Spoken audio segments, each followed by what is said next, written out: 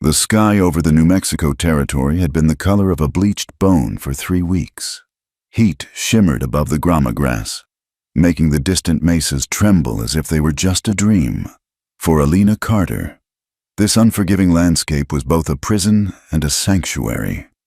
Her world had shrunk to the size of a one-room sod cabin, a stubborn little molehill of earth and timber hunkered against a vast, indifferent emptiness. At 19, she should have been thinking about church socials and calico dresses. Instead, her thoughts were of snaring rabbits, hoarding water, and the suffocating weight of whispers she had traveled 500 miles to escape. The whispers had followed her from a small, righteous town in East Texas, chasing her out after the scandal with Jedediah Croft. He was a man twice her father's age, with a wife like a pillar of salt and hands that were always cold. Even in the summer heat, it wasn't love. It was a desperate bid for a different life, a foolish girl's mistake that had ended with her being branded a harlot and him being hailed as a man who had resisted temptation. So she had left. She had taken what little money she had and walked west, towards the horizon, believing freedom lay somewhere in the silence of the plains. She had found the silence, but freedom felt a lot like loneliness. This afternoon, the silence was breaking. A bruised purple line appeared on the western horizon, swelling like a plague boil. The air, once thick and still, began to stir with a nervous energy. The birds fell quiet. Alina stood in the doorway of her soddy, a hand shielding her eyes. A storm was coming. Not a gentle summer shower, but a true prairie beast. The kind that could tear the roof from a cabin and send rivers of mud coursing through the arroyos. Her water barrel was nearly empty. A trip to the creek was a risk, but going without water through a storm that could last for days was a certainty of suffering. Tying her sun-bleached bonnet tight under her chin, she grabbed the 2 wooden buckets. The wind was already plucking at her faded cotton dress, whipping strands of honey-blonde hair from her braid across her face. The walk to the creek was short, but with the sky darkening by the second, it felt like a journey across a dying world.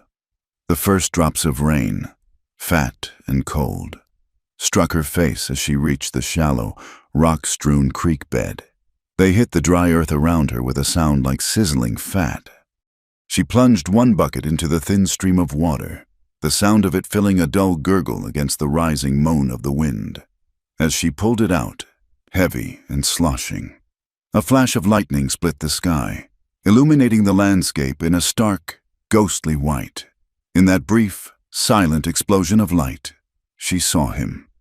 He was sprawled near the opposite bank, half hidden by a cluster of salt cedars. At first, she thought he was a log, or a shadow. But a shadow didn't wear buckskin leggings. A shadow didn't have a shock of jet-black hair fanned out in the mud. He was a Navajo, an Indian. Everything she had ever been taught about them screamed through her mind in a cacophony of fear. Savage, killer, scalper. The stories told around the fire back home were of men like him, specters of the wilderness who preyed on solitary homesteads. Thunder cracked directly overhead, a deafening roar that vibrated through the soles of her worn-out boots. The rain came down in a solid, blinding sheet. She dropped the bucket, water splashing over her feet, and crouched low behind a boulder, her heart hammering against her ribs. She should run, flee back to the cabin, bar the door, and pray he hadn't seen her. He was likely dead anyway, a casualty of some tribal war or a run-in with a patrol from Fort Union. Leaving him was the sensible thing to do, the safe thing. But as she peered through the deluge, she saw the unnatural angle of his leg and the dark stain spreading across the thigh of his buckskins. He wasn't moving. Another fork of lightning lit the scene, and she saw his face young, sharp-featured, and pale beneath his copper skin. His chest rose and fell in a shallow, ragged rhythm. He was alive. Alina closed her eyes, her mind a battleground. The world had cast her out. The good, church-going folk of her town had looked at her with disgust. their judgment as sharp as any blade. They had offered no mercy, no understanding. They had left her to her fate. Was she now to do the same, to leave this man, whatever he was, to be washed away by the flash flood that would soon turn this meek creek into a raging torrent, a wave of anger, cold and sharp, cut through her fear. Anger at Jedediah Croft, at the town, at a world that sorted people into neat boxes of good and bad, civilized and savage. She was an outcast, and so, in all likelihood, was he. "Damn it all," she muttered into the wind, the words swallowed by the storm. Scrambling across the slick rocks, she reached his side. He was heavier than he looked, all wiry muscle and solid bone. A deep gash, crusted with dried blood and fresh mud, ran along his temple. His leg was worse. A piece of shattered wood, the remnant of an arrow, or a lance protruded from his thigh, the flesh around it swollen and angry. He was burning with fever, his skin hot to the touch even in the cold rain. There was no way she could carry him. She would have to drag him. Gritting her teeth, she hooked her arms under his, planting her feet in the sucking mud. He was dead weight, his body limp and unresponsive. She pulled, her muscles screaming in protest. The 100 yards back to her cabin felt like a mile. The mud fought her, the wind shoved her, and the rain tried to beat her into the ground. Twice. She fell, her face pressing into the wet earth, the taste of grit on her tongue. Each time, she got up, fueled by a stubbornness she didn't know she possessed. She thought of the looks on the faces of the women in town, their lips pursed in pious condemnation. The memory was like a spur in her side, driving her forward. Finally, she reached the soddy, her body shaking with exhaustion. She tumbled through the door, dragging him in after her, and collapsed onto the dirt floor, gasping for breath. The heavy plank door swung shut with a boom, plunging the small space into near darkness. The roar of the storm was now muffled, a constant, angry rumble outside the thick sod walls. For a long moment, Alina lay there, the floor cold and damp beneath her, her lungs aching. The man lay beside her, a silent, broken shape in the gloom. Slowly, she pushed herself up. She was soaked to the bone, her dress clinging to her like a second skin, her braid unraveling into a wet, heavy rope down her back, shivering violently. She knew she had to get a fire started and get out of these wet clothes, or the cold would take her before the fever took him. Her hands fumbled in the dark, finding the precious block of sulfur matches in their tin box on the mantel. She struck one, the flare of it blinding her for a second. In its flickering light, she lit the tallow lamp, casting a weak golden glow over the room. The space was sparse, a rough-hewn table, one chair, a stone hearth, and in the corner, a pallet of straw and wool blankets that served as her bed. She dragged the man closer to the hearth, arranging his limbs as gently as she could. He groaned, a low, guttural sound that sent a fresh jolt of fear through her. Ignoring it, she turned her attention to the fire. Her hands, numb with cold, struggled with the kindling, but soon a small flame caught, licking at the dry wood she kept stacked inside. As the fire grew, casting dancing shadows on the walls, it began to beat back the chill. The need for warmth was urgent. Her teeth chattered uncontrollably. There was no one to see, no one to judge. With clumsy, frozen fingers, she unbuttoned the front of her sodden dress. It was a miserable, heavy garment, and she peeled it off, letting it fall in a heap on the floor. Her chemise and drawers beneath were just as wet. Without a second thought, she stripped them off as well, her body craving the dry heat of the fire. She stood for a moment in the firelight, clad in nothing but her own skin, goosebumps rising all over her. She was pale and thin, but strong from months of solitary labor. Grabbing the driest of her wool blankets from the pallet, she wrapped it around her shoulders, huddling close to the growing flames, the rough wool scratching her skin. Only when the shivering began to subside did she turn her full attention back to the stranger. She had to get him out of his wet clothes, too, and she had to see to that wound. Taking a deep breath, she knelt beside him. His buckskin shirt was plastered to his torso. She worked at the leather ties at his neck, her fingers brushing against his hot skin. The intimacy of the act was not lost on her, but it was a clinical necessity. This was about survival. Nothing more. She managed to pull the wet shirt off, revealing a chest and shoulders crisscrossed with old scars. Testament to a hard life. His breathing was still shallow. She moved to his leg, her stomach churning at the sight of the wound. She would have to pull the splinter out. She fetched her knife, the one she used for skinning rabbits, and held it in the fire for a moment, the metal glowing red. As she turned back, her mind focused on the grim task ahead.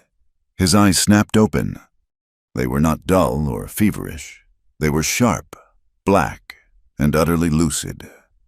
They took in the scene in an instant: the fire, the unfamiliar walls of the cabin, and her, a white woman, kneeling over him with a knife in her hand, wrapped only in a coarse wool blanket that did nothing to hide the pale curves of her shoulders and legs. Alina froze, the knife still in her hand. The blanket suddenly felt impossibly thin. Every nerve in her body screamed. She was trapped in a tiny room with a wounded, cornered man, a man her people considered an enemy. The air crackled with a tension thicker than the storm raging outside. His gaze was unblinking, a predator's stare filled with pain, suspicion, and a raw, untamed wildness that struck her to the core. In that moment, she wasn't his savior. She was his captor, and she was utterly, terrifyingly exposed. Time stopped. The only sounds were the crackle of the fire and the low howl of the wind rushing past the sod walls. A mournful cry from the wilderness outside, in the flickering firelight. The man's eyes were like chips of obsidian, reflecting the flames and an intensity that seemed to burn through Alina's thin blanket. The knife in her hand, meant to be a tool of healing, suddenly felt like a weapon, a declaration of war. His hand, though shaking from fever, moved with a fluid, practiced speed toward a sheathed blade at his own hip. His fingers curled around the handle. They were locked in a stalemate, a breath away from bloodshed. Two castaways from different worlds ready to destroy each other in a dirt floor cabin while creation itself tore itself apart outside. Alina's mind, which had been a whirlwind of panic, suddenly went quiet and clear. She saw the path forward, narrow as a razor's edge. Fear would get them both killed. She had to break the spell. Slowly, deliberately, she relaxed her grip on her knife. She did not drop it, that would be a fool's move, but she turned her wrist, letting the firelight glint off the flat of the blade instead of its edge.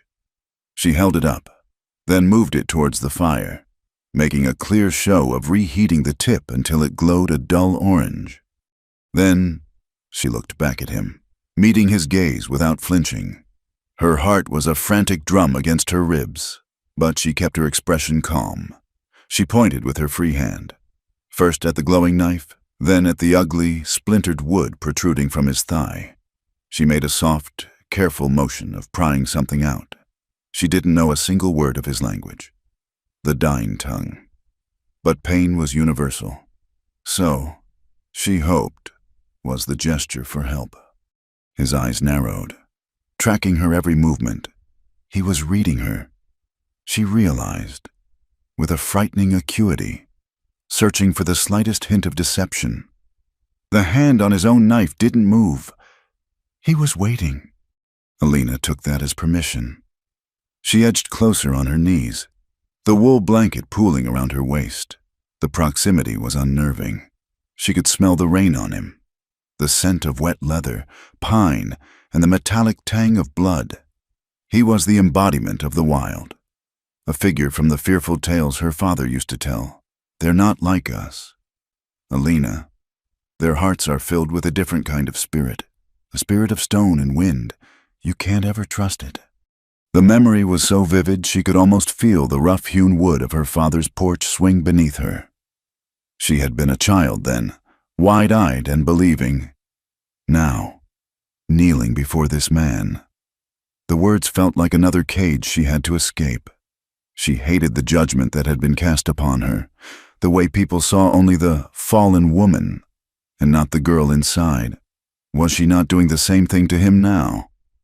Seeing the savage and not the man bleeding on her floor, the hypocrisy of it burned in her gut, a bitter counterpoint to the fear. She focused on the wound. The flesh was torn and inflamed. A gruesome sight. "This is going to hurt," she whispered, more to herself than to him. "I'm sorry, but it has to come out." She laid her free hand gently on his leg, well above the injury, a gesture meant to steady and, she hoped, to reassure. His muscles bunched into knots beneath her palm, hard as oak. He flinched, but didn't pull away. He let out a sharp breath through his teeth, a hiss of sound. His eyes were closed now, his face a mask of stoic endurance. With her other hand, she took the heated knife and pressed the point against the wood splinter. She had to be quick. She leveraged the blade, and with a sickening tug, the splinter came free. A strangled cry was torn from his throat. His entire body arched in a spasm of agony, and his hand finally flew from his own knife, not to attack her, but to grip his thigh, his knuckles white. Alina dropped her knife with a clatter and immediately pressed a clean strip of linen torn from her only spare petticoat against the wound to stanch the fresh flow of blood. He lay panting, sweat beading on his brow despite the chill he must be feeling. His eyes opened again, but the sharp, defensive fire in them was banked, replaced by a raw, pain-filled vulnerability. He looked at her, and for the first time, she felt he wasn't seeing a white woman, an enemy, but simply the person who had both caused and relieved his agony. The storm outside seemed to redouble its fury. As if enraged by the quiet act of mercy within the cabin, rain hammered against the roof, and the wind shrieked like a banshee. Inside, the world had shrunk to the space around the fire, a small island of warmth and flickering light. Here, there were no soldiers, no judgmental townfolk, only two people clinging to life. Alina worked methodically, her fear receding as the practical needs of the moment took over. She cleaned the wound as best she could with boiled water and more strips of her petticoat. She found a small tin of pine tar salve she used for cuts and burns and applied it gently. He watched her hands as she worked, his dark eyes missing nothing. He saw how they trembled slightly, yet how sure their movements were. She had to get the rest of his wet clothes off. His buckskin leggings were soaked and caked with mud. The task was more awkward and intimate than removing his shirt. She untied the leather cord at his waist, her face burning, acutely aware of the blanket that was her only covering. She tried to be efficient, impersonal. Keeping her eyes fixed on her task, she pulled the heavy, wet leather down his legs, revealing more old scars and the lean, powerful build of a man who lived his life on the move. She worked a blanket under him, then covered him with another, tucking it in around his shoulders. The fever was still raging. He began to shiver, his teeth chattering in a violent rhythm that shook his whole frame. She refilled a cup with water from the bucket, now thankfully inside, and held it to his lips. He drank greedily at first, then pushed it away weakly. He muttered something in his own language, the words rough and guttural, completely incomprehensible to her. She settled back on her heels, the immediate work done. The fire cast long, dancing shadows that made the small cabin feel both larger and more confining. Now that the adrenaline had faded, she was aware again of her own state. She was cold, exposed, and trembling from more than just the chill. She retrieved her discarded chemise. It was still damp, but it was better than nothing. She quickly pulled the simple garment over her head, feeling a small measure of security return as the thin cotton covered her. She sat on the single wooden chair, hugging her knees to her chest, and watched him, in sleep, or the fever-induced stupor he had fallen into. His face lost some of its harshness. The lines of pain around his mouth and eyes softened. He could have been her age, or a few years older. He was just a man who had been hunted, shot, and left to die by her people. The thought settled in her stomach like a cold stone. What had he done? Had he raided a settlement, stolen horses, or had he simply been in the wrong place at the wrong time? His only crime, the color of his skin. She had no way of knowing. And what did it matter now? He was here, in her home, his life tenuously in her hands. She remembered Jedediah Croft's face, twisted with false piety, as he told the town elders how she had tempted him. She remembered the women who had once been her friends turning their backs on her at the general store, their whispers like the rustle of snakes in dry grass. They had all decided what she was without knowing her heart.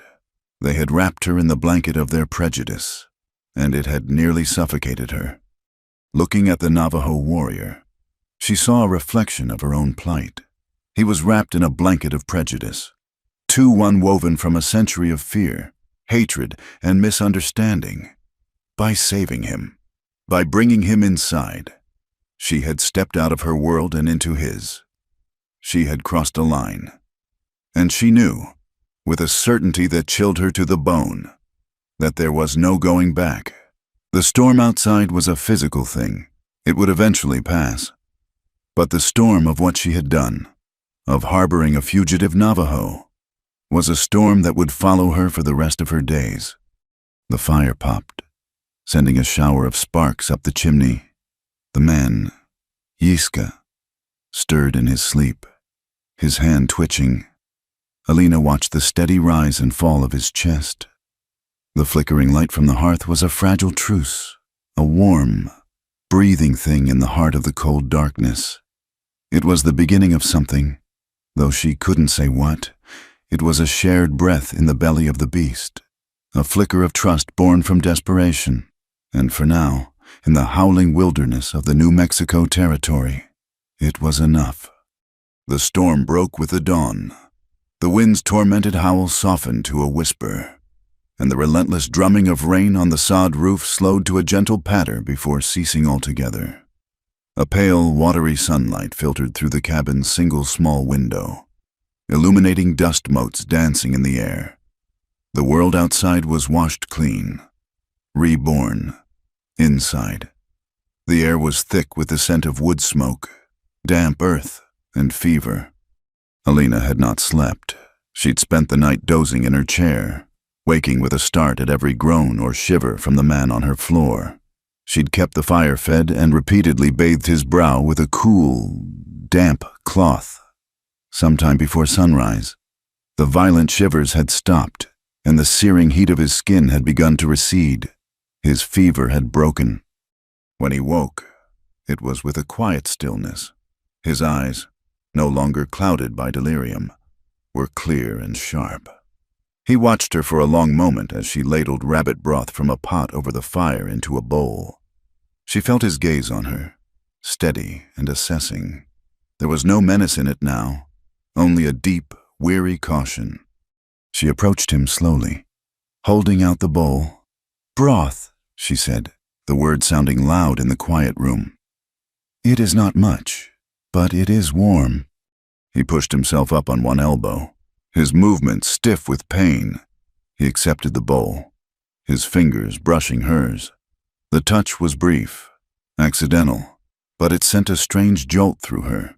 He drank the broth slowly, his eyes never leaving her face. When he was finished, he handed the empty bowl back, a silent transaction. A truce. "Alina," she said, touching her own chest. She repeated it. "Alina Carter." He watched her lips form the sounds. After a moment, a low, gravelly voice answered. "Rusty from disuse, Yiska." He touched his own chest. Yiska. A name. He was no longer just a Navajo, a stranger. He was Yiska. The simple exchange felt monumental, a bridge built of two words across a chasm of silence and suspicion. But the peace of the moment was fleeting. A sudden desperate urgency flashed in Yiska's eyes. He set the bowl aside and struggled to sit up fully, ignoring the agony that the movement clearly caused him. He began to speak in his own tongue, the words flowing in an urgent, pleading stream she could not understand. He gestured wildly toward the door, then mimicked the motion of the flowing creek, of the storm. He looked around the small cabin as if searching for something, his desperation growing with every passing second. "I don't understand," Alina said, holding up her hands. "You must rest. Your leg." He ignored her, his breathing growing ragged. He was looking for something he had lost, something vital. Pushing aside the blankets, he tried to stand. His injured leg gave way instantly, and he cried out, catching himself before he collapsed completely. Alina rushed to his side. "Stop, you will kill yourself!" He grabbed her arm, his grip surprisingly strong. He stared into her eyes, his own filled with a raw anguish that transcended language. He pointed again toward the creek, then cupped his hands together, rocking them gently. A universal gesture. A baby. Alina's blood ran cold. It couldn't be. She had seen nothing. But the look on his face was one of pure terror. A father's terror. She had to go. She had to look. "Stay," she commanded, pressing him gently back down. "I will go." She pulled on her boots and ran from the cabin, her heart pounding with a new kind of dread. The air was cool and clean, the ground a soft, muddy tapestry of washed-out earth. She followed the path of dragged mud she had made the day before, her eyes scanning the creek bank, now littered with debris from the flash flood. She saw nothing but rocks and broken branches. Her hope began to fail. Perhaps he had been delirious after all, but his desperation had felt too real. She pushed deeper into the cluster of salt cedars where she had first found him, her dress catching on the thorny branches. And then she saw it. Tucked into a small hollow at the base of a large rock, partially shielded from the worst of the storm, was a Navajo cradleboard. It was beautifully made of carved wood and leather, but it was soaked through. Fearfully, she knelt and peered inside. Bundled in layers of rabbit fur lay the stillest, smallest baby she had ever seen. A boy. His skin was a pale, dusky color, his lips tinged with blue. For a terrible second, she thought he was dead. Then she saw a faint, fluttery movement beneath his ribs. A breath. Clutching the cradleboard to her chest, she ran back, scrambling and sliding in the mud. She burst into the cabin, breathless. "I have him. He's alive." Yiska let out a sound that was half sob, half prayer of relief. He reached out with trembling hands, and she placed the cradleboard before him. He unwrapped the furs with a tenderness that seemed at odds with his warrior's frame, revealing the tiny, fragile infant. The baby was cold to the touch, his body limp. A weak, mewling cry, thin as a thread, escaped his lips. It was the sound that broke Alina. That tiny, hopeless cry pierced through her own carefully constructed walls of grief and denial. It took her back a year, to a dark, cold night in a woodshed behind Jedediah Croft's sprawling ranch house. It brought back the memory of a secret born of her shame, a tiny life that had flickered and died before it had ever truly begun. She had held her own lost child, just for a moment, before it was taken away.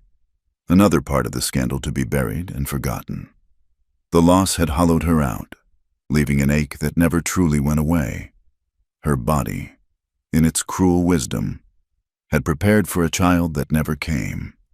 The baby in the cradleboard began to cry again, a desperate, hungry sound.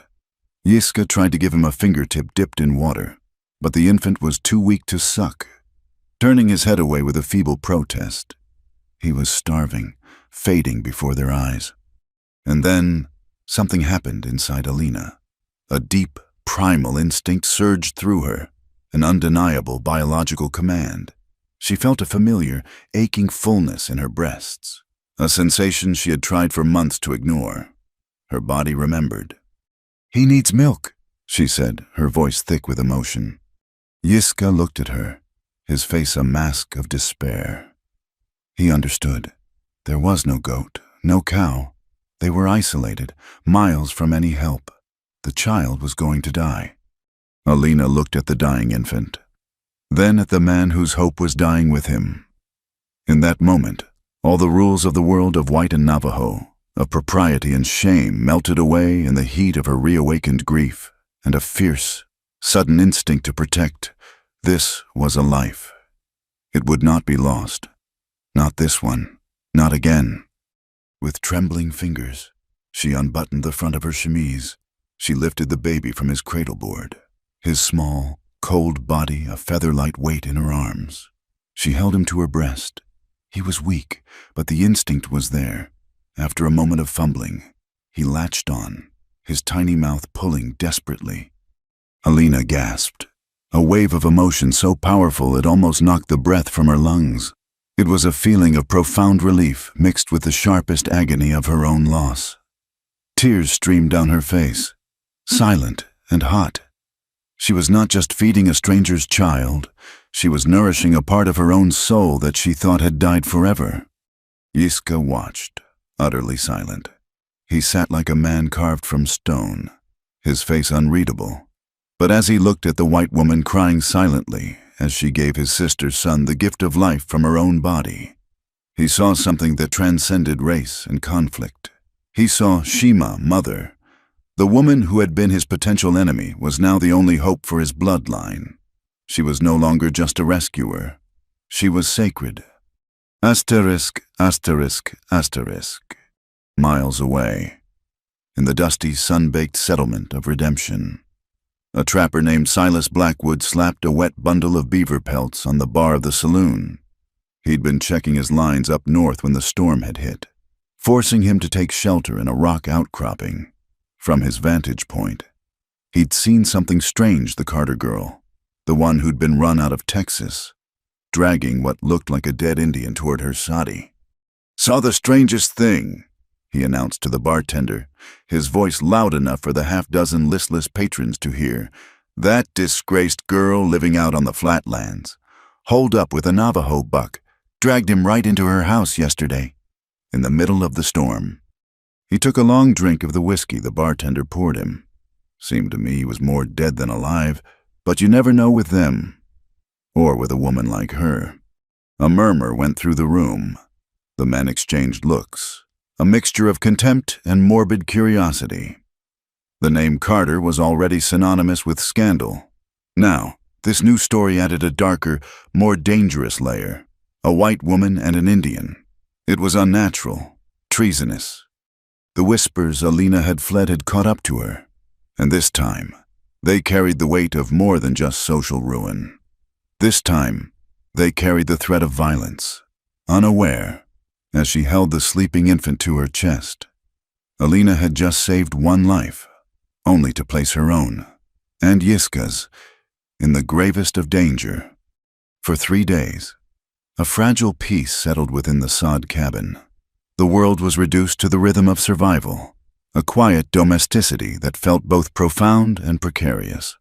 The baby, who Yiska had named Nijoni in a soft murmur, a word he taught Alina meant beautiful, grew stronger with each passing day. His cries became less feeble, his small body less chilled, his dark eyes beginning to focus on Alina's face as she held him. A silent routine formed between them. Alina would nurse the child, her heart a confusing mix of remembered sorrow and present tenderness. Yiska, his leg propped up and tightly bandaged, would watch them, his expression unreadable but his gaze steady. He spent hours carving a piece of cottonwood root with his knife, the shavings falling onto the dirt floor. Slowly, the shape of a small, graceful horse emerged, a toy for the boy. They communicated in a broken language of gestures and single words. Yiska would point at the fire and say, "Ko." Alina would repeat it, then point and say, "Fire." He learned her words for water, meat, and sleep.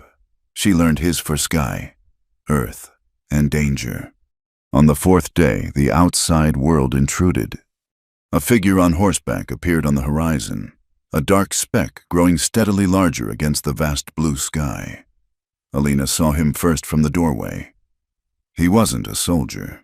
His slouching posture and the pack mule trailing behind him suggested a prospector or a trapper. Her stomach twisted into a knot. She quickly stepped back inside. her heart hammering. "Someone is coming," she whispered. Though Yiska had already seen, he was instantly alert, the quiet convalescent replaced by the wary warrior. He pulled himself into the darkest corner of the cabin, out of sight from the window, his hand resting on the hilt of his knife. The rider stopped a short distance from the cabin, hailing it with a loud, "Hello, the house!" Alina took a deep breath, smoothed her dress, and stepped outside, shielding her eyes from the sun. The man was grizzled and lean, his eyes squinting from a lifetime of staring into the sun. "Afternoon, ma'am," he said, tipping a sweat-stained hat. "Name's Phineas Cole, just passing through. Wondered if you might spare a bit of water for a thirsty man." "Of course," Alina said, her voice tighter than she wanted. She gestured to the water barrel. As he dismounted and drank from the dipper, his eyes roved over her small homestead. They were sharp, missing nothing. "Live out here all alone, do you?" he asked, wiping his mouth with the back of his hand. "I do," she lied.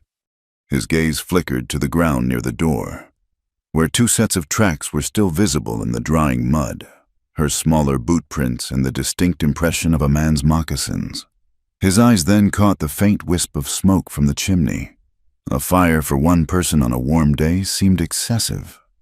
"Brave woman," he said, his tone holding a new note of speculation. "Lots of trouble out this way. Army patrols are thick as flies. They're hunting that Navajo bunch that got into a skirmish up by the Cimarron, killed a trooper. They say." Alina felt the blood drain from her face. "I see. I keep to myself." Phineas Cole gave a slow nod, his gaze lingering on the cabin door for a second too long. "Well, much obliged for the water." He swung back onto his horse. "You take care now, ma'am. A lone woman is a tempting target for all sorts of predators." He gave her a final, knowing look before nudging his horse into a walk, heading east, toward redemption. The moment he was gone, Alina stumbled back inside, her legs shaking. Yiska was already moving, the pretense of healing forgotten. Pain etched lines on his face as he pushed himself to his feet, using the wall for support. "Soldiers," he said, the English word clear and harsh. He pointed in the direction the prospector had gone. "He will talk." The dam of their fragile peace broke. A terrible urgency filled the small room. Using the dirt floor as his canvas, Yiska began to tell his story. He drew stick figures, several wearing the flat-brimmed hats of the cavalry, others with the long hair of his own people. He drew a crosshatch of lines between them, a fight. He pointed to one of the Navajo figures, then drew a smaller figure beside her, a baby. He looked at Najoni, sleeping peacefully on the pallet, and touched his own chest. His sister. He then drew one of the soldier figures falling and pointed at himself, shaking his head violently. He hadn't done it. He drew an arrow flying from a different direction, from the chaos. He had been part of a small band, traveling to a sacred site. They had been ambushed. In the bloody confusion, his sister was killed, a soldier fell, and the rest scattered or were cut down. He had been wounded, but he had grabbed his nephew and fled, running until he collapsed by the creek. Alina understood with chilling clarity. The prospector, Cole, would ride into redemption and trade his story for a bottle of whiskey. A woman living with an Indian. The story would find its way to the nearest army post. The soldiers hunting the murderer of their comrade would have their target. They would ride here, to her cabin. They would not listen to the truth from a savage or the fallen woman who harbored him. They would see only what they expected to see, guilt, and they would deliver their brutal, summary justice. Her soddy, the shelter she had built with her own hands, her refuge from the world's judgment, had become a cage. Staying was a death sentence. "We have to leave," she said, her voice a low, steady whisper. "Tonight." Yiska nodded, his jaw set. There was no other choice. They left as the moon rose, a silver sickle in a black sky. The departure was swift and silent. Alina packed what she could into a canvas sack, the last of her flour and salted beef, a tin of matches, and the precious pine tar salve. She took the heavy wool blanket from her pallet and filled her water skin. The last thing she took was her father's old Springfield rifle that leaned in a corner, along with a pouch of ammunition. It was heavy and unwieldy, but it was the only protection she had ever known. Yiska, limping badly, had fashioned a crude crutch from a sturdy branch.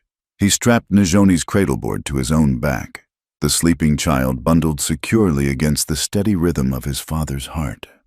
Before they left, he placed the small, carved wooden horse in the baby's blankets. Alina took one last look at the dark interior of the cabin. It was more than a home. It was the place she had been broken and the place she had begun to heal.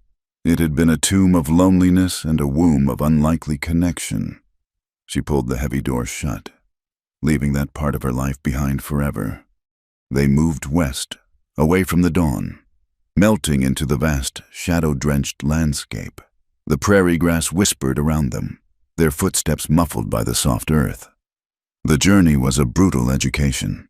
The endless rolling plains that looked so peaceful from her doorway were, in reality, a treacherous expanse. The days were a furnace, the sun beating down with a physical weight. The nights were a sudden, shivering cold that seeped into their bones. Their survival became a partnership forged in desperation. Yiska, even injured, was a part of this land. He moved with a quiet economy of motion, his eyes constantly scanning, reading the subtle language of the terrain. He taught Alina to walk on the balls of her feet to leave less of a track. He showed her how to find a seep of water at the base of a rock outcropping that looked utterly dry. He taught her to build a Dakota fire pit, a small hole in the ground that hid the flames and channeled the smoke, making them all but invisible. He pointed out the broad leaves of the yucca plant, showing her how to harvest the edible root, and warned her away from the deceptively bright berries of the nightshade. In return, Alina's strengths became their anchor. Every evening, she would clean and redress his wound, her touch gentle but firm, keeping the ever-present threat of infection at bay. She was the keeper of their dwindling supplies, rationing the food with a discipline born of her own solitary hardship. And she was Najoni's life source. Several times a day, they would stop in a sheltered ravine or the shadow of a mesa. Yiska would stand guard, his back to them, while Alina nursed the baby. In these quiet moments, the world fell away, and there was only the fierce, protective love she felt for the child and the silent, watchful presence of the man who entrusted him to her. He was learning to depend on her, to trust her, and in his quiet deference, she felt a measure of respect she had never known from any man. A week into their flight, they came to a river, wider and faster than any creek, its brown water churning with the runoff from the distant mountains. It was a barrier, a physical representation of the line they were trying to cross. There was no bridge, no shallow ford. "We must cross," Yiska said, his gaze fixed on the far bank. "Their tracks will be lost in the water." The crossing was a terrifying ordeal. Yiska went first, testing the current, his crutch useless in the sucking mud. The water surged to his waist, pulling at his injured leg. He gritted his teeth, his face a mask of pain. He came back for her. "The child," he said, pointing to the cradleboard on his back. "Hold him high." Alina took the rifle, holding it above her head with one hand. With the other, she gripped Yiska's arm. They stepped into the shockingly cold water together. The current was a living thing, a powerful beast that tried to rip their feet from under them. Yiska leaned into it, a solid, immovable anchor. Alina felt her feet slipping on the slick rocks, but his grip held her fast. The water rose to her chest, cold and terrifying. She held Najoni's cradleboard as high as she could, praying the child would stay dry. They fought for every foot, a desperate, stumbling battle against the river's strength. Finally, their feet found purchase on the muddy bank of the other side. They collapsed onto the ground, soaked, shivering, and utterly exhausted. As the sun began to set, They found shelter in a shallow cave carved into the rock face. Alina built a small, smokeless fire while Yiska checked on Najoni, who had miraculously slept through the entire ordeal. Alina looked back across the river, now a dark, churning ribbon in the twilight. Her cabin, her past, Phineas Cole. The soldiers, they were all on the other side. They had crossed over. It felt like a baptism, a violent washing away of who they had been. The physical storm was long gone, but now, huddled together in a cave in the vast wilderness, a new storm was gathering within them, one of shared survival, unspoken trust, and a future as wild and uncertain as the land itself. The land had changed. The flat, endless prairie had given way to a broken country of soaring mesas and deep, shadowed canyons. Their journey had become a grueling climb, a constant battle against sharp rock and steep inclines. Days bled into one another, marked only by the rising and setting of a merciless sun. They were no longer two strangers thrown together by a storm. They were a single, synchronized entity. A small family moving with a shared purpose through a world that wanted them erased. Their communication had evolved beyond single words into a language of its own, woven from gestures, glances, and a profound, intuitive understanding of each other's needs. Alina knew from the set of Yiska's shoulders if he sensed danger. He knew from the slight tremor in her hands when her strength was failing. They moved as one, slept in shifts, and shared the last of their food without a word. Alina was no longer the frightened girl from the Sadi. She was a creature of the wilderness, her skin browned by the sun, her body lean and tough, her eyes holding the steady, watchful calm of a survivor. Yiska was no longer just a hunted warrior. He was a guardian. Every step he took, every decision he made, was measured against the safety of the woman and child who had become his compass, his true north. The cold rain began in the late afternoon, a sudden shift from the oppressive heat. It wasn't the violent fury of the prairie storm, but a chilling, persistent downpour that soaked them in minutes and turned the rocky ground into a treacherous slick. The wind that swept through the canyons had teeth, biting through their thin clothes and sapping the warmth from their bodies. Yiska, spotting a deep fissure in a sandstone cliff face, led them to a cave, its entrance partially obscured by a curtain of ancient, gnarled juniper. The shelter was a blessing, a deep, dry hollow that protected them from the wind and rain. But as the evening wore on, a new and more terrifying storm gathered within their small sanctuary. It started with a whimper. Najoni, who had been an exemplar of quiet resilience, began to fuss. When Alina tried to nurse him, he turned his head away, his small body rigid. His cry was no longer the healthy cry of hunger, but a thin, pained wail that tore at her heart. She laid a hand on his forehead, and a wave of ice-cold dread washed over her. He was burning with fever. The hours that followed were a descent into a waking nightmare for Alina.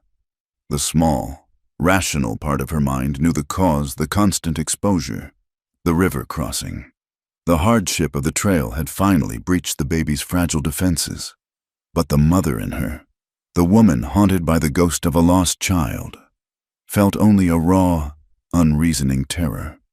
She worked frantically, her movements fueled by a desperate energy.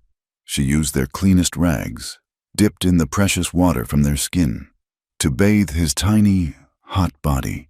The water would cool on his skin and seem to steam in the chilly cave air. He shivered and cried, a sound of pure misery. Yiska kept the fire small but hot, providing the only warmth in their damp, cold world. He stood at the mouth of the cave, a silent, unmoving silhouette against the dreary, weeping landscape. His warrior's skills were useless here. He could fight soldiers, hunt game, and read the land like a book, but he could not fight the fire raging inside his sister's son. Helpless, he turned his fear into vigilance.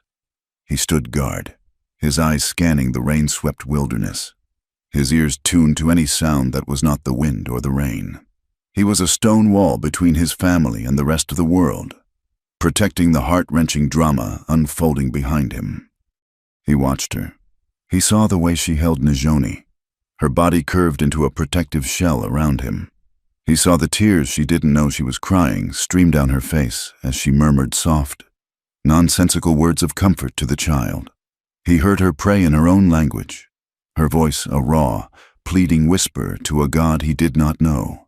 In that moment, she was the fiercest warrior he had ever seen, armed not with a rifle or a knife, but with a love so powerful it seemed to be the only thing keeping the child's fragile life tethered to the world.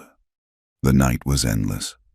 Alina drifted in a state of exhausted delirium, her entire being focused on the small, struggling life in her arms. She lost all sense of time, of the cold, of her own shivering body. There was only the baby, the heat of his skin, and the desperate rhythm of her own heart beating out a prayer, please, please, not this one. 2. Just before the first hint of dawn, when the darkness is at its deepest and coldest, she felt it, a change. The violent, feverish heat of Najoni's body seemed to lessen. A fine sheen of sweat appeared on his brow. His rigid limbs relaxed, and his pained cries softened into a series of quiet, exhausted breaths. He stirred against her, his small mouth blindly seeking her breast. The fever had broken. Relief so profound it was painful washed through Alina. It was a physical wave that left her limbs feeling like water, her head light. She began to tremble uncontrollably, the cold she had ignored for hours seizing her body in its grip. Yiska saw it, too. He had been watching, waiting, and he recognized the subtle shift from crisis to calm. He left his post at the entrance and moved into the deeper warmth of the cave. The firelight cast his shadow long and protective on the stone wall. He looked at Alina, huddled on the ground, her thin chemise damp from her efforts, her face pale and etched with exhaustion in the flickering light. She was shaking so hard her teeth chattered. He acted without hesitation. He took the thickest, warmest of their coverings, a cured buffalo hide he had carried with him, a precious remnant of his old life, and knelt before her. He didn't speak. He simply looked at her, then at the damp cloth clinging to her shoulders. His meaning was clear. The wet chemise was stealing her body heat, endangering her now that the adrenaline had fled. There was no room for shame or modesty in this world they inhabited. There was only life and death, warmth and cold. With a weary, trusting nod, Alina allowed him to help her. His fingers were surprisingly gentle as he untied the ribbon at her neck and helped her draw the damp garment from her shoulders, never letting the buffalo hide fall away. He immediately wrapped the heavy, warm fur around her and the sleeping baby, tucking it securely, enclosing them both in a dark, safe cocoon. He remained kneeling before her, his face level with hers. The firelight softened the sharp angles of his features, warming the deep black of his eyes. He slowly raised a hand, not to her body, but to her face, with a reverence that made her breath catch. He gently brushed a damp strand of hair from her temple, his thumb stroking her skin for just a moment. Their eyes met, and in the profound silence of the cave, a lifetime of unspoken words passed between them. He saw not a disgraced white woman, but a miracle of strength and tenderness, the fierce heart of his world. She saw not a dangerous savage, but a man of deep feeling, a steadfast protector whose quiet presence was her only anchor. It was a gaze stripped bare of all prejudice, all fear, all pretense. It held gratitude, awe, and a shared vulnerability that was more intimate than any touch. He did not pull away. He shifted, moving to sit beside her on the cave floor, so close that their legs touched. He drew one edge of the great buffalo hide over his own shoulders, creating a shared tent of warmth. Then, he slid his arm around her, pulling her and the precious bundle of the sleeping child against his side. The embrace was not one of hungry passion, but of homecoming. It was solid, comforting, and absolute. Alina let out a breath she hadn't realized she was holding and leaned her head against his shoulder. The hard muscle and bone felt like the safest place on earth. The storm outside had softened to a gentle drumming. Inside their cave, wrapped in the warmth of the fire and each other, a new weather system had formed. It was a love that had not been sought or declared, but had simply grown, green and tenacious like a flower in a rock crevice, nurtured by shared loss and the desperate, sacred act of survival. As the first gray light of dawn crept into the cave, illuminating a world washed clean and new, Alina finally closed her eyes. Shielded by the man beside her, she fell into a deep, dreamless sleep. Yiska did not move. He kept his vigil, his arm holding his family, his gaze fixed on the entrance. He was no longer just a warrior on the run. He was a man watching over his entire world. The days that followed their ordeal in the cave were marked by a quiet, profound shift. The space between them, once filled with unspoken questions and cautious distance, now held a shared warmth, a tenderness as tangible as the heat from their nightly fire. They were no longer merely allies in survival, but partners in a life forged on the run. Yiska's hand would find hers to help her over a difficult patch of rock, and the touch would linger a moment longer than necessary. She would pass him a piece of cooked rabbit, and their eyes would meet over the flames in a look of deep, settled affection. Nijoni, secure on Yiska's back during the day and cradled in Alina's arms at night, was the living heart of their small, wandering world. They had descended from the high mesas into a valley carved by an ancient river, a swath of relative green that offered more game and cover. Yiska believed the ancestral lands of his people, a sanctuary the soldiers rarely dared to enter, lay only a few more days' journey to the north, for the first time in weeks. A fragile hope began to take root in Alina's heart. She allowed herself to imagine a future, a place where the running could stop. It was this hope that made the sudden intrusion of violence so jarring. They had made camp in a small aspen grove near a clear, fast-running stream. The afternoon sun, filtered through the trembling yellow leaves, dappled the ground in shifting patterns of light. Alina was humming a half-forgotten lullaby to Nijoni, while Yiska was carefully sharpening his knife on a whetstone. It was a scene of almost impossible peace, and then it shattered.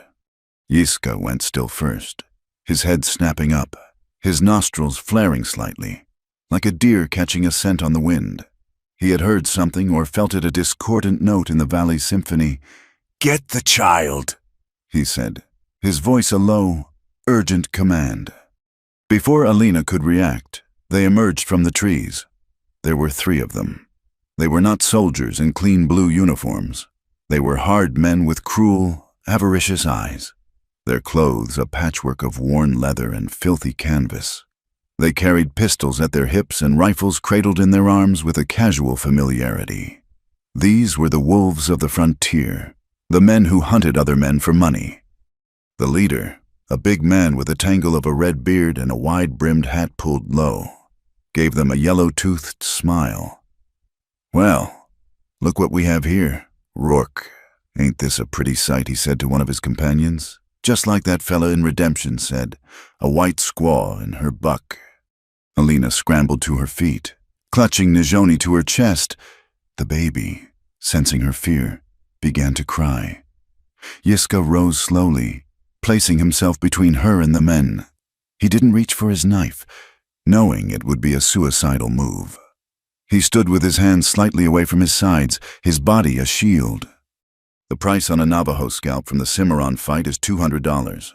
The leader, Rourke, continued, his voice conversational, yet laced with venom. He took a step forward, his eyes sweeping over Alina with a contemptuous leer. "But a pretty little thing like you might be worth more if we bring you back to civilization, clean you up a bit, remind you of your place." "Leave her out of this," Yiska said, his English clipped and guttural. "This is my fight." Rourke laughed, a harsh, ugly sound. "Your fight, boy. Your fight was over the moment you were born. We're just here to collect, He gestured with his rifle. "Now, you'll drop that knife belt, nice and slow. And the girl will hand over the little half-breed. We got no use for that." The world narrowed for Alina. The casual cruelty of the man's words, the way he dismissed Najoni's life as worthless, ignited a cold, hard rage in her belly that burned away every last vestige of fear. This was the voice of the world that had cast her out. The voice of Jedediah Croft.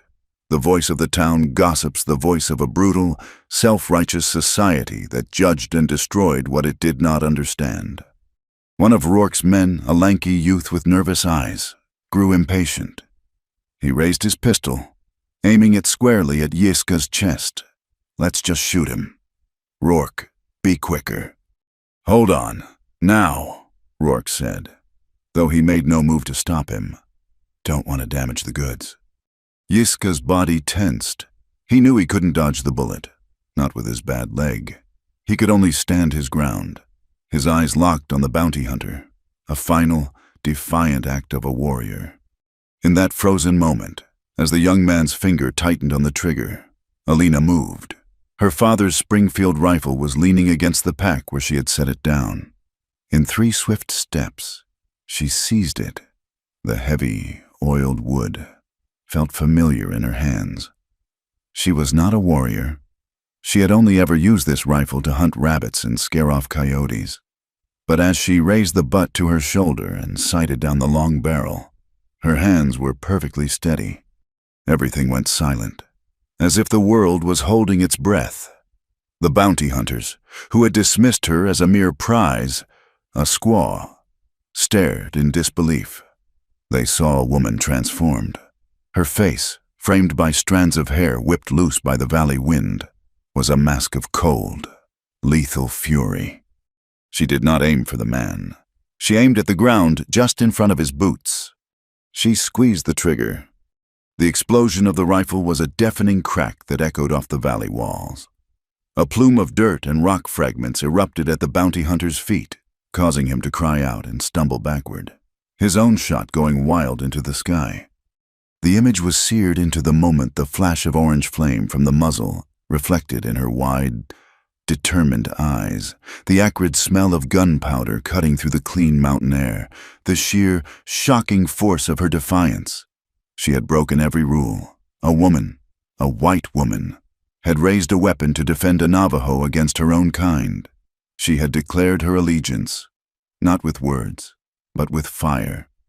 The bounty hunters were stunned into a half-second of inaction. It was all the time Yiska needed. "Asterisk! Now asterisk!" he roared. He shoved Alina and Najoni toward the thick cover of the forest behind them, then spun, his knife finally appearing in his hand as if by magic. He threw it, not at a man, but at the rope holding Rourke's pack mule. The animal, startled by the gunshot and the whizzing blade, screamed and bolted, scattering supplies and creating another moment of chaos. Rourke and his men recovered, firing their rifles wildly into the trees where Alina and Yiska had disappeared. "Get them," Rourke bellowed, his face purple with rage. They ran, crashing through the undergrowth, branches whipping at their faces. Yiska, ignoring the fire in his leg, half-carried, half-dragged Alina, who held Najoni tight. The baby's frightened cries muffled against her shoulder. A bullet whizzed past Alina's head, so close she heard it hiss.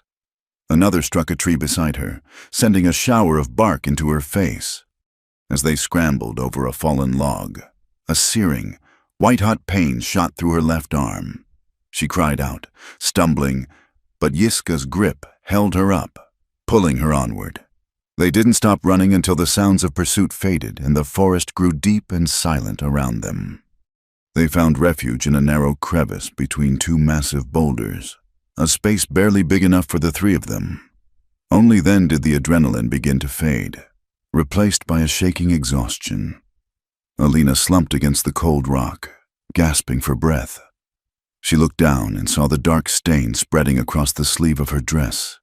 The pain, which had been a distant shock, now returned as a sharp, throbbing burn. A bullet had grazed her bicep, tearing a bloody furrow through the flesh. After ensuring Nijoni was unharmed and calming him with a soft murmur, Yiska turned to her.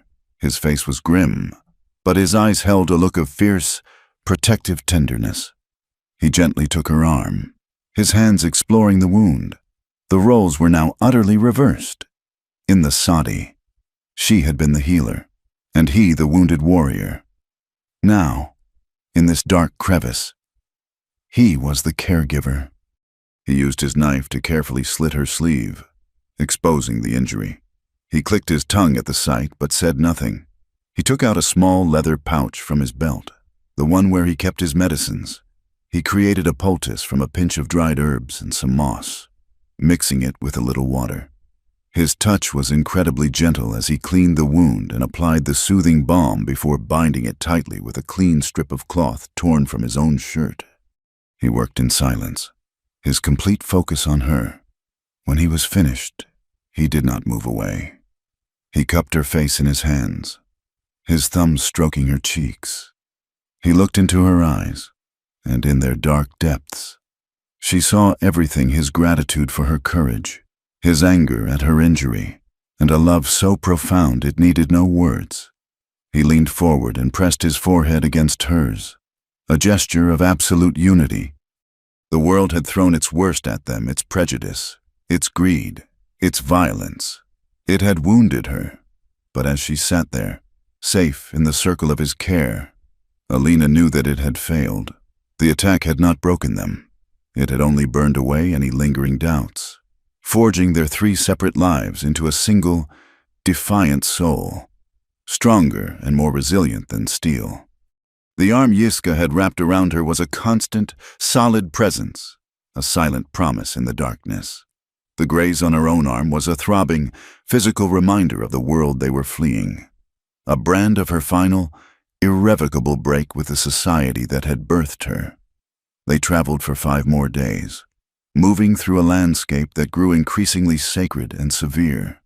The canyons narrowed, their walls rising like titanic, red rock cathedrals, carved by wind and water into shapes that were both beautiful and intimidating. Yiska's limp had eased, his body healing with the clean air and his own resilient strength. But as they drew closer to his home, a new tension settled in his shoulders. He was no longer just a protector guiding them through a hostile wilderness. He was a son of his people, bringing home a living, breathing complication. He was bringing a white woman. Their destination was not a village of teepees or lodges visible on an open plain.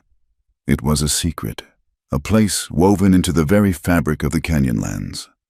Yiska led them along a barely perceptible trail that hugged a sheer cliff face, then down a steep, treacherous path of switchbacks into a canyon deeper and wider than any they had yet seen.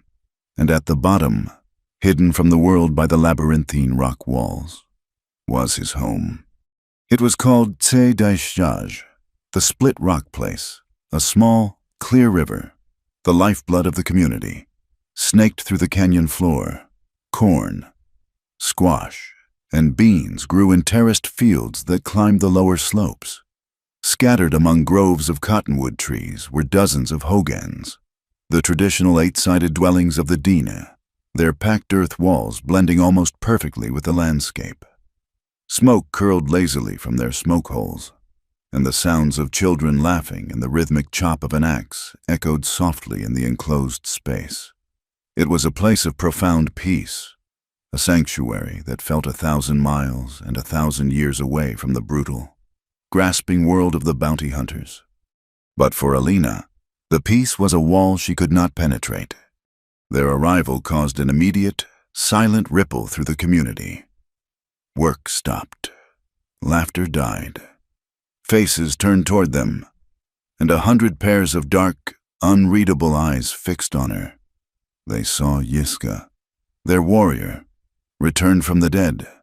They saw Nijoni, the son of his lost sister, alive and healthy, and they saw her, the Bilagana, the white woman. Her skin, even sun-browned and travel-stained, was a stark alien beacon in this place of earthy reds and browns. Her dress, though tattered, was a foreign garment. Her eyes were the wrong color. The welcome for Yiska was heartfelt. An older woman with a face like a beautiful, wrinkled map rushed forward, tears streaming down her cheeks, and embraced him, murmuring his name, his mother. Others gathered, touching his arm, their relief palpable. But their warmth did not extend to Alina. They looked past her, through her, their expressions a mixture of suspicion, resentment, and cold, hard curiosity. The whispers started immediately. Soft hisses in a language she did not understand, but their meaning was universal. Asterisk, who is she? Why is she here? Asterisk. Yiska spoke to his mother and an older, dignified man with streaks of silver in his long black hair, the community's headman, or Nat Anai, named Hashke. His voice was low and steady as he explained, gesturing toward Alina, toward Najoni, then back toward the direction from which they had come. Alina stood alone, holding the baby, feeling more exposed and judged than she had even in redemption. These were the people she had helped save. Yet, in their eyes, she was a threat, a potential spy, the harbinger of the very violence they had built this sanctuary to escape.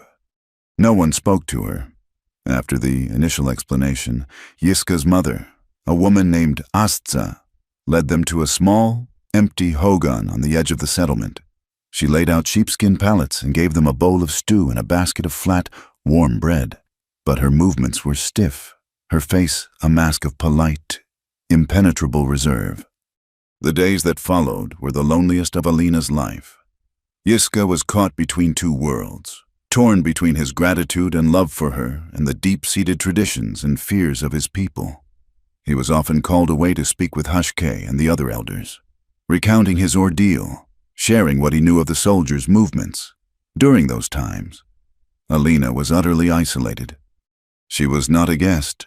She was a problem to be solved. She was given work, the hard, monotonous labor of the women.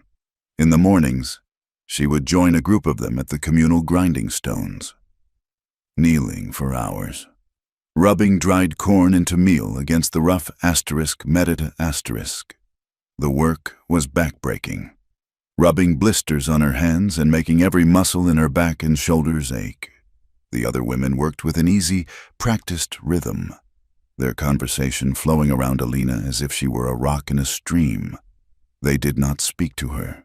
If she met their eyes, they would look away. She was proving her willingness to work, but she was not earning their trust. She was still an outsider, the Bilagana, the woman who fired the rifle, the woman who had nursed Najoni. These were just pieces of Yiska's story, a story they seemed unwilling to fully believe. She found her purpose, as she always had, in caring for others. There was an old man in a nearby hogan, his lungs filled with a dry, rasping cough that kept him awake at night.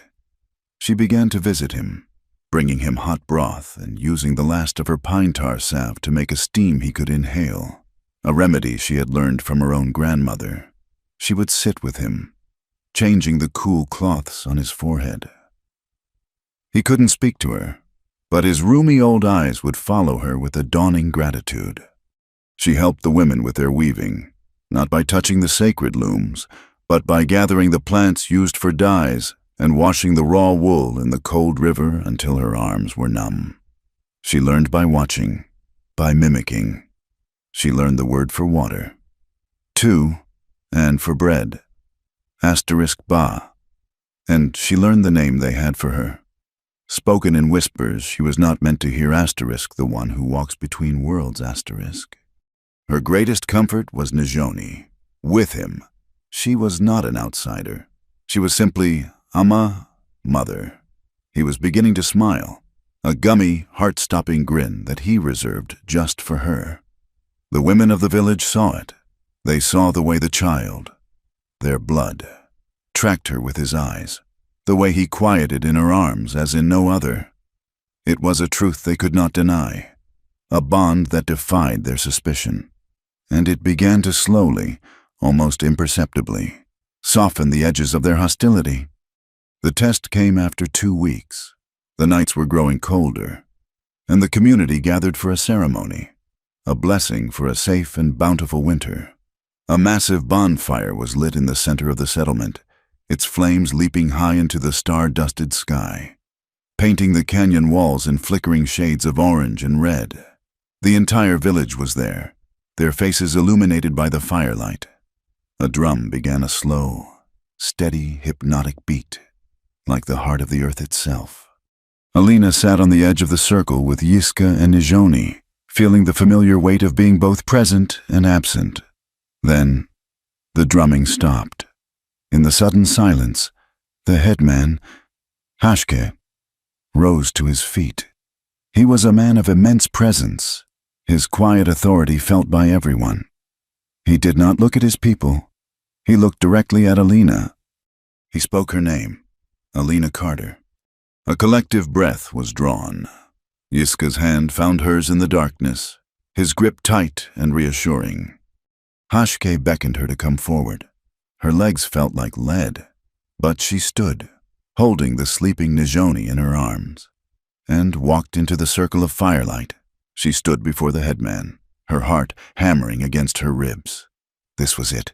This was the moment of judgment. Hashke spoke to Yiska first, in the Dine language. Yiska answered, his voice strong and clear, recounting their story for all to hear.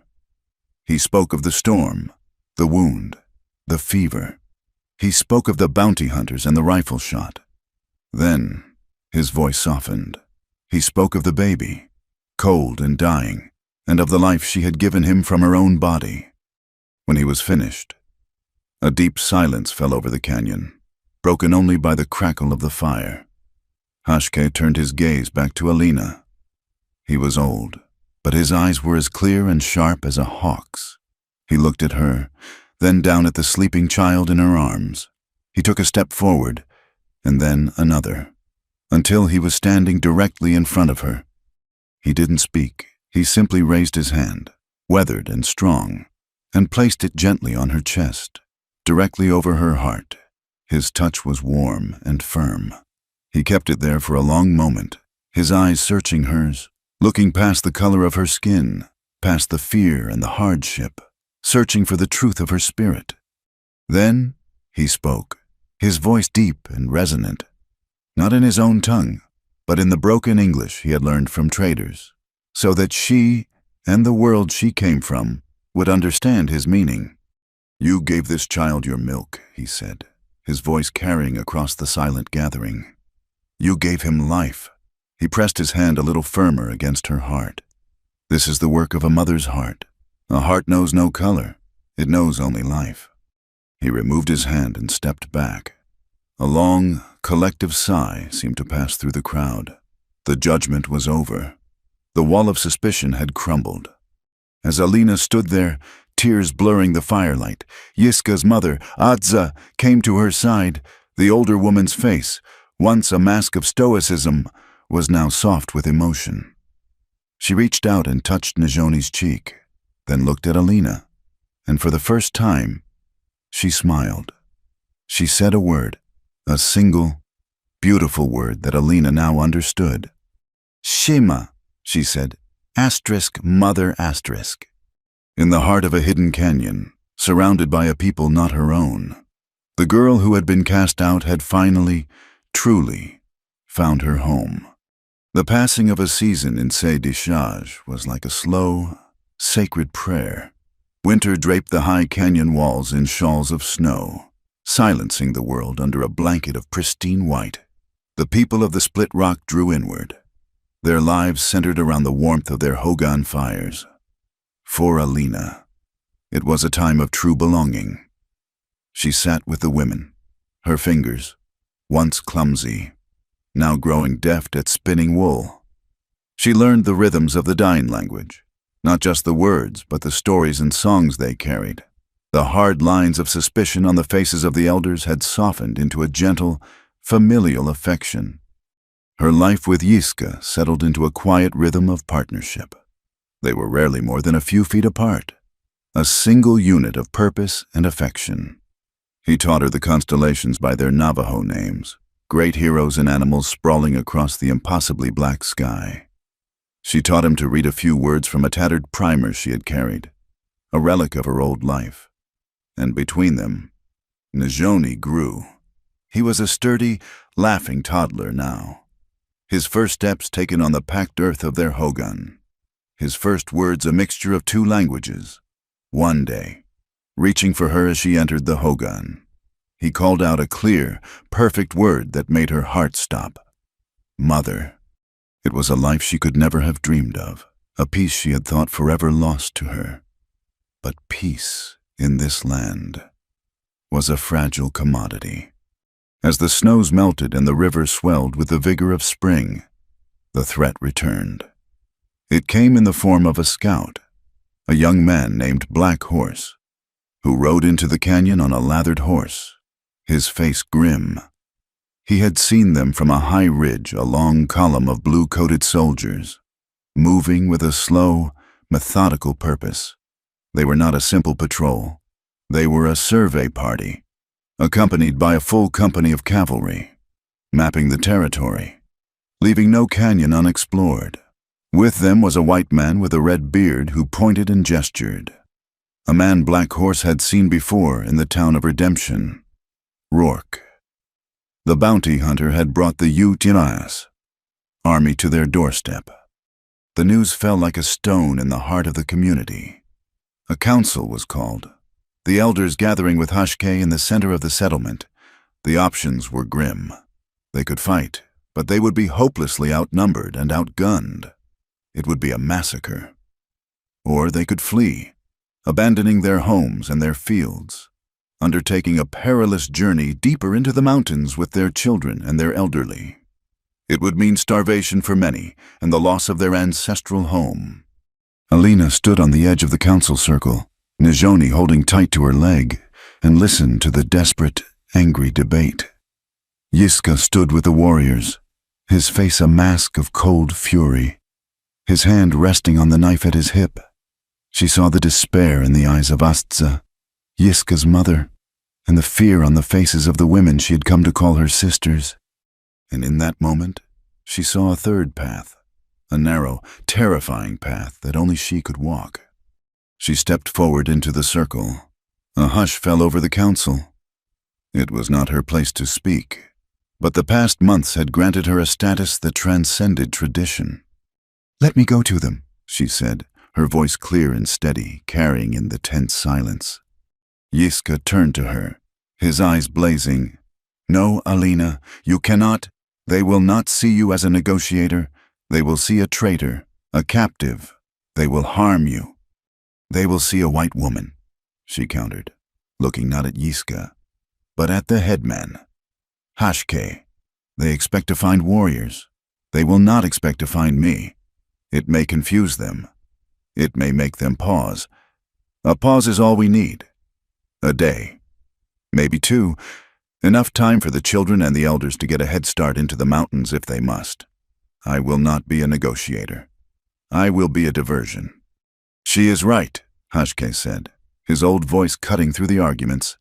"The wolf is often startled by the lamb that does not run." He looked at Alina, his gaze heavy. "This is a great risk. You are one of us now. We do not sacrifice our own." "You are not sacrificing me," Alina insisted. "I am choosing this. You have given me a home. You have given me a family. Let me do this to protect it." The farewell was the hardest thing she had ever done. Yiska held her, his arms wrapped around her so tightly she could barely breathe. "I should be the one," he whispered fiercely into her hair. "It is my duty to protect you." "You are," she whispered back, pulling away to look him in the eye. "Your duty is to Najoni. Protect our son. Get him to safety. That is all that matters." She kissed the sleeping toddler's head, entrusting him to Astza, and then turned away before her resolve could break. They gave her a steady mare and a strip of white cloth to carry. She rode out of the canyon alone, the morning sun at her back, retracing the path that had first brought her to salvation, a path she was now taking back into damnation. She found the soldiers in a wide basin 3 miles from the canyon's hidden entrance, the sight of them the precise blue lines, the glint of sun on rifle barrels. The confident authority of their presence was a physical shock. This was the world she had left, and it had come to reclaim its dominion. She raised the white cloth and rode slowly forward. A shout went up. Rifles were raised. A young lieutenant galloped out to meet her, his pistol drawn. He stared at her, his face a mixture of disbelief and disgust. "What in God's name?"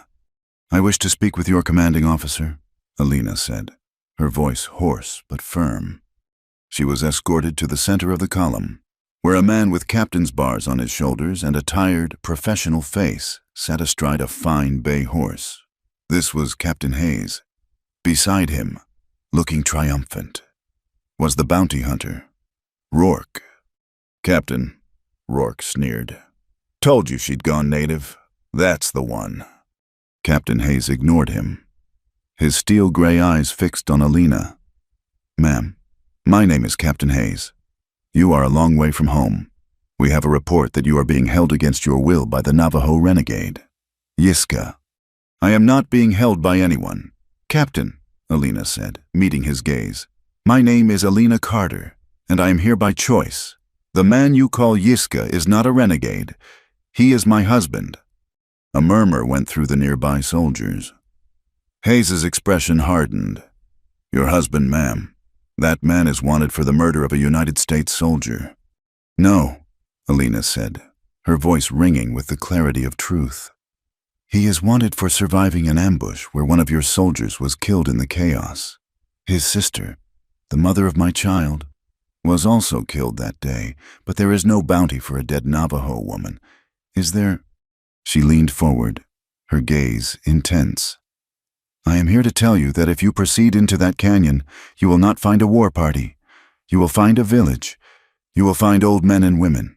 You will find mothers and children. You will find my son. The people there have done nothing to you. They wish only to live in peace. Are your orders to hunt a murderer, Captain, or are they to make war on families?"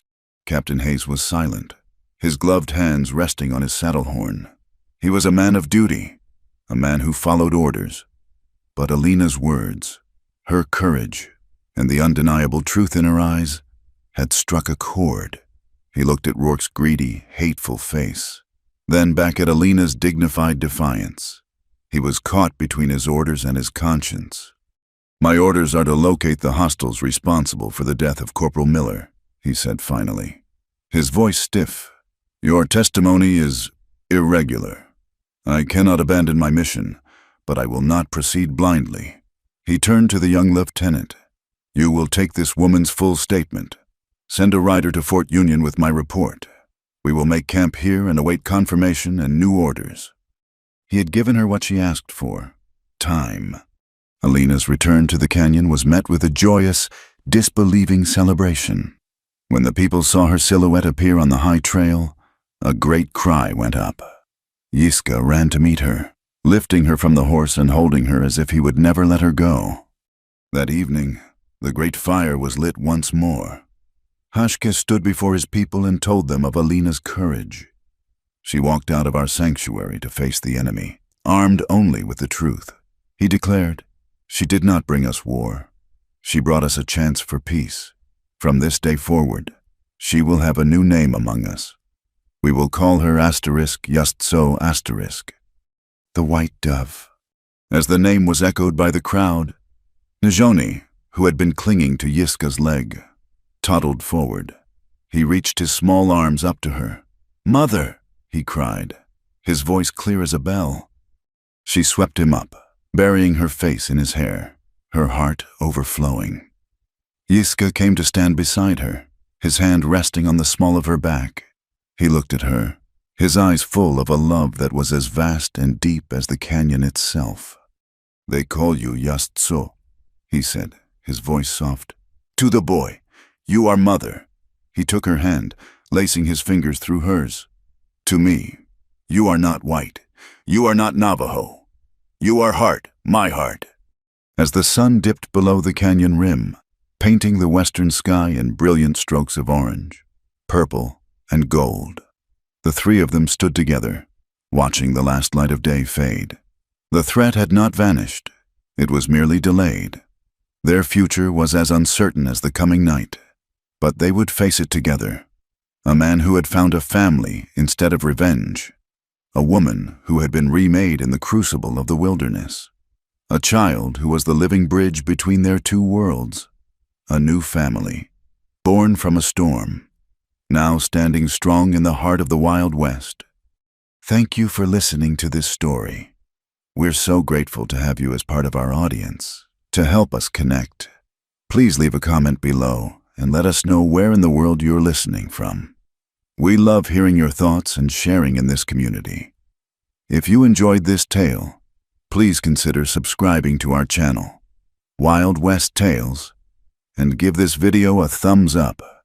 For extra support, please hit the hype button to help this story be heard by more people. Your support means the world to us.